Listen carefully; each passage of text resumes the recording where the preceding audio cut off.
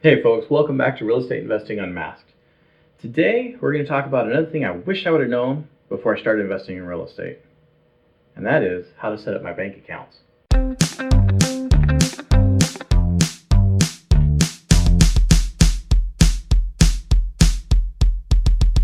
Alright, so if you're going to invest in real estate and you haven't yet, you want to open up a new bank account. You have your own personal checking and savings. You want to open up a new bank account that is specifically for your real estate investment. The way that I've progressed throughout the years in keeping my bank accounts has definitely changed. Then whenever I'd get a bill, I'd say, as soon as I get a bill, I'll send out the payment. That worked well until the mail got displaced, and then I got late notices. By far the best way that I have found to keep my bank accounts was to have my real estate account separate from my housing account. So that's first of all. Second of all, whenever I have a payment that's required of me, I set it up through my bill pay with my bank. Now, if you don't have that as a free thing with your bank, you probably need a new bank, because there are several of them that do that for free. I've been with probably 5 or 6 different banks now, and it's really easy to get bill pay built into the system for free. So get that set up and put it on as a recurring payment. So find out the bills that are recurring, like your water bill, your electric bill, your gas bill, trash bill, sewer bill, all those things that you know are coming, even your real estate property taxes, and set it up so that every month on the 1st of the month or the 15th of the month, whatever you choose, you always send out whatever portion of that bill you need to send. So if it's your property taxes, determine what your 12th payment or 1/12 of that payment will be if it's an annual property tax.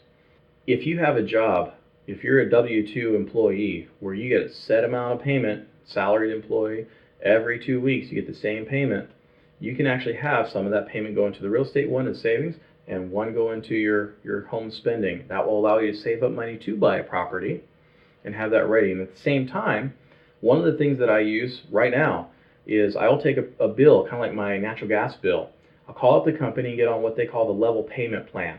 And so they'll say, okay, you spend $2,400 a year on natural gas, then obviously that's going to be $200 a month. So instead of sending them $200 a month, what I'll do, if I'm getting a paycheck, every 2 weeks, I'm going to send them $100. Recurring, every 2 weeks, without fail. I know exactly if money's coming in my account, it's going right back out to go where it needs to go.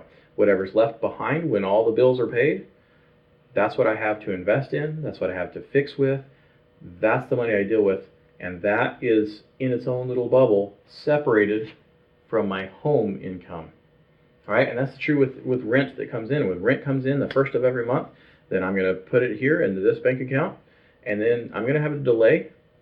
So instead of coming in on the 1st of the month, maybe I pay all my bills on the 15th of every month, because the rent doesn't always come in on the 1st. Sometimes people are late with their rent. So you want to set it up so it will come in maybe on the 15th. You send everything out. Everything is sent out on the 15th. And that gives you time, so if the tenant is late, that you can get their check in. Or if it lands around a holiday, you can get their check in and cashed within that first 5 days of setting it up. Now, if you have a bill that's always due on the 13th or on the 12th, send it on the 15th and just pay a month in advance all the time. Just have it set up recurring so you don't have to think about it. And what eventually happens is you know exactly how much money you have to play with in that account, and you can build up that reserve fund. So you want to have that completely separate. The other thing is, if anything ever happens to you, you want to have that account separate for tax reasons or for marital reasons. You want to have that set up so that eventually, if you don't have it in an LLC now, you can set up your whole corporation as a limited liability corporation or as an S corp, depending on what you're doing in real estate, whether you're fixing and flipping or getting ordinary income through property.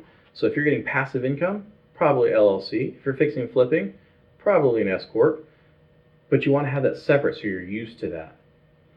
And if you set it up this way, you'll make it a lot easier on yourself. I wish I would have known that before I started investing in real estate. Thanks for watching, folks. Don't forget to subscribe, and I'll see you next time.